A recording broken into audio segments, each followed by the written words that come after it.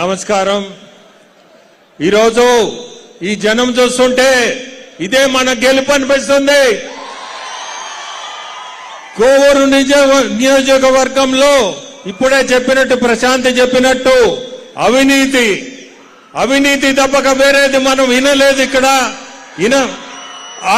అవినీతి అనేది మనం ఇరాడికేట్ చేయాలా. మనం అటువంటిది లేని పాలన మనం ఇవ్వాలని మేమిద్దరము కూడా ప్రజాసేవ కోసమే వచ్చిన వాళ్ళమే గాని వేరే ఏదీ లేదు.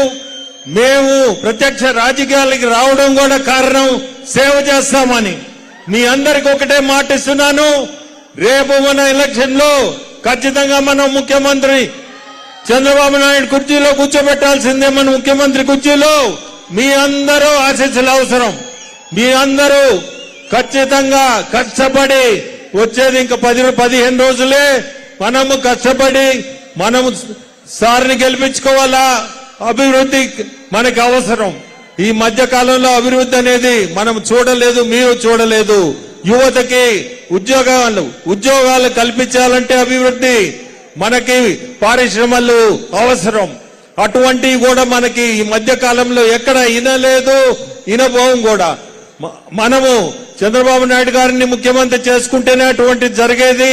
యువతకు కూడా ఖచ్చితంగా మీకు ఉద్యోగాలు దొరుకుతాయి.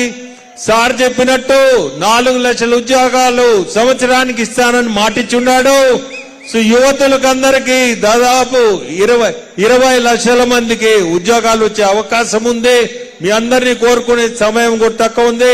మీ అందరినీ కోరుకునేది ప్రశాంత్ని సైకిల్ గుర్తుకేసి మీ ఎమ్మెల్యేగా గెలిపించండి. అట్టే నన్ను ఎంపీగా సైకిల్ గుర్తుకేసి గెలిపించాలని కోరుకుంటున్నాను. అందరికీ సెలవు తీసుకున్నాను.